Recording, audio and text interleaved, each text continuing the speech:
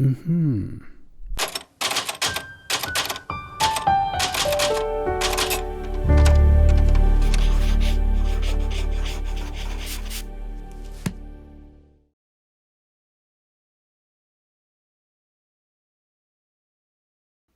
I can remember the exact moment when I realized I could be a psychotherapist or a counselor.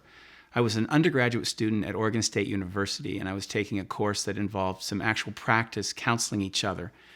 And the person who I was supposed to counsel got in a minor bicycle accident on the way to the class. And somebody had opened their car door. She ran into it. She was very activated. She was angry. She was very upset. And I remember having some thoughts during that session about my judgments of her, but I also remember being able to keep those out and just practice my effective listening skills that we were learning in the class.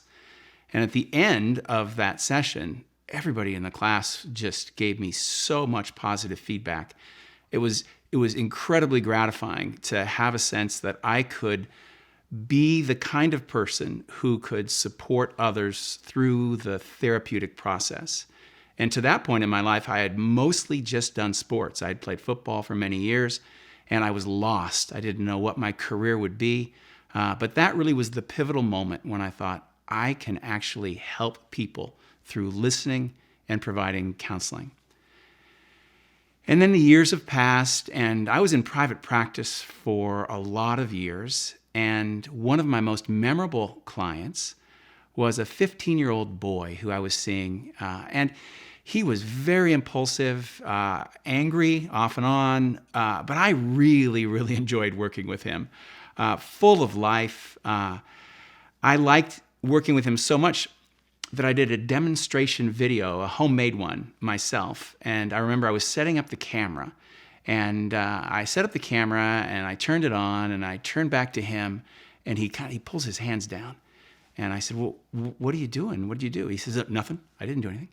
And I said, you didn't flip off the camera, did you? And he goes, oh, no, I would never do anything like that. But of course, that's exactly what he had done. We filmed the video. It was a really interesting session. And many things about it I loved. And I still show it sometimes now. But the end of my counseling with him did not go well. He was drinking too much. He was getting in trouble in school. I didn't have great motivational interviewing skills at the time, and I confronted him a little bit on his alcohol use. And he just basically said to me the F word, and that he was never going to come and see me again, and he left. I might have seen him for 12 or 15 sessions, but I never saw him again after that. And I felt terrible about that situation. Maybe 4 or 5 years later, I am getting gas at a gas station in Missoula, Montana.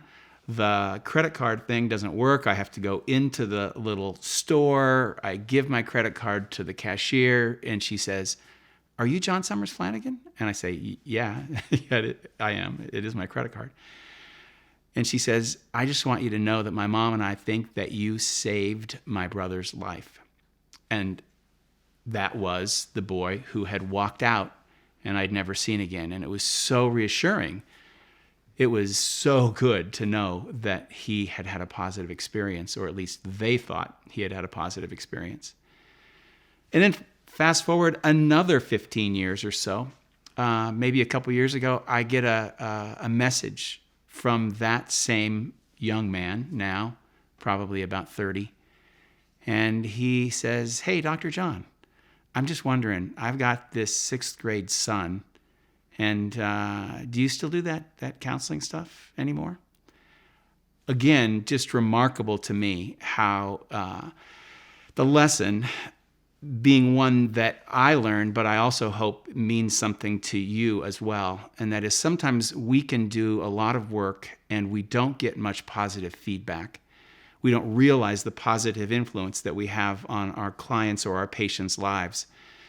And so for me, that story is so reassuring. I never thought I had a positive impact on him, but as it turns out, it was a positive impact. And I hope that you can all remember this lesson and realize that the work you do is incredibly important. And I hope that you get some positive feedback about it. But even if you don't, I hope that you remember the work you do is essential.